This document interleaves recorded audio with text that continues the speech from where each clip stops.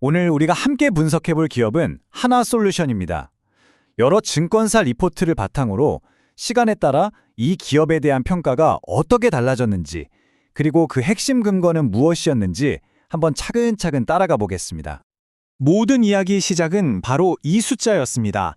2025년 7월 31일 한화솔루션이 발표한 2분기 영업이익이 시장의 기대치를 이만큼이나 밑돌았는데요. 바로 이 어닝 쇼크가 시장의 분석가들로 하여금 전망을 연쇄적으로 바꾸게 만든 계기가 됐습니다. 자, 그럼 오늘 분석은 이런 순서로 진행됩니다. 먼저 모든 것의 시작이었던 2분기 실적 쇼크를 짚어보고요. 이걸 두고 애널리스트들의 평가가 어떻게 엇갈렸는지, 그럼에도 불구하고 왜 모두가 3분기는 암울할 거라고 봤는지 살펴보겠습니다.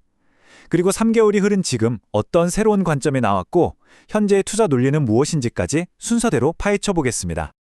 네, 첫 번째 파트입니다.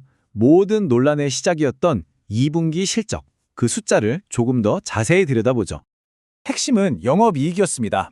보시다시피 시장 컨센서스를 26.7%나 밑돌았는데요.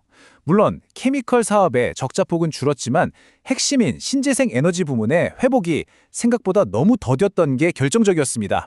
특히 순이익은 훨씬 큰 폭의 적자를 기록하면서 시장에 충격을 줬죠. 자, 여기서부터가 흥미로운 지점입니다.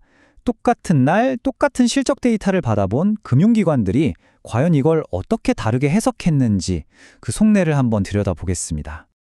7월 31일에 나온 리포트들을 보면요, 시각차가 명확히 드러납니다. 하나금융은 투자 의견을 아예 중립으로 내려버렸어요. 반면에 미래에셋과 DS투자증권은 목표 주가를 좀 내리거나 유지하긴 했지만 매수 의견 자체는 그대로 가져갔습니다. 그러니까 핵심 투자 의견에서부터 딱 갈린 거죠.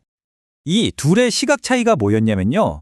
하나금융은 당장 눈앞의 문제들, 그러니까 계속 오르는 모듈 원가나 심해지는 경쟁 같은 현실적인 어려움에 집중했습니다.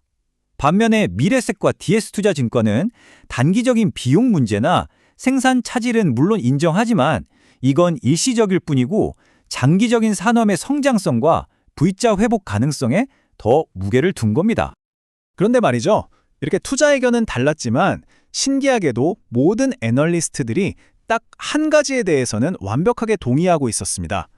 바로 3분기 실적은 2분기보다 훨씬 더 나빠질 거라는 전망이었습니다.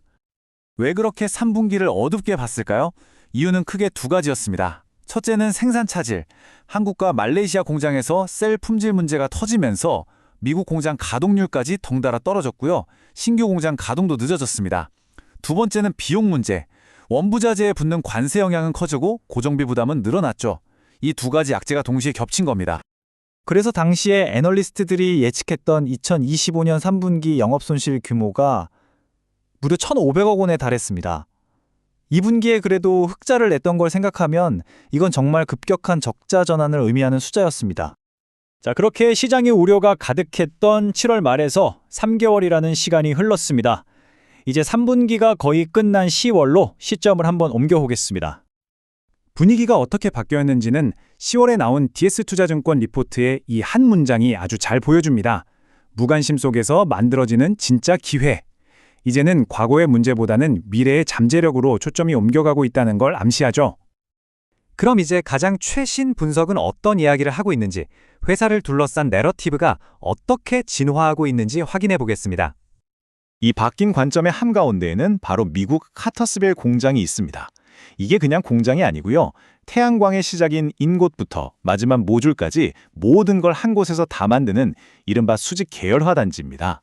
2026년 초에 본격적으로 양산을 시작하면 미국의 강화된 메이드 인 아메리카 공급망 정책의 최대 수혜를 입을 수 있는 핵심 기지인 셈이죠. 그러니까 10월 리포트의 논리는 아주 명쾌합니다.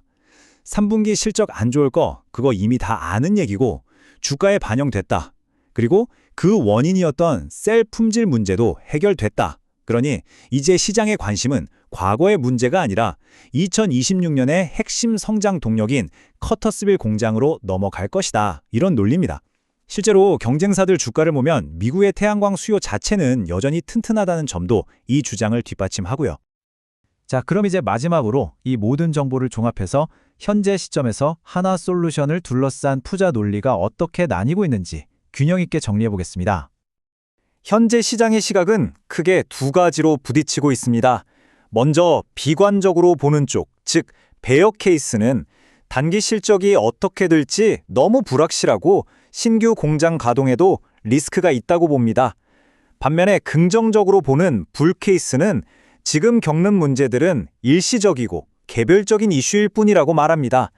미국의 장기적인 수요와 정책 지원이 굳건하고 무엇보다 2026년 카터스필이라는 아주 강력한 성장 카드가 있다는 거죠. 결국 우리가 마주하게 되는 질문은 바로 이것입니다. 당장의 실적 부진과 불확실성이라는 짙은 안개 너머로 2026년 이후에 펼쳐질 장기적인 성장 잠재력을 지금 볼 수 있겠는가? 지금까지의 분석을 바탕으로 각자 판단을 내려봐야 할 지점입니다.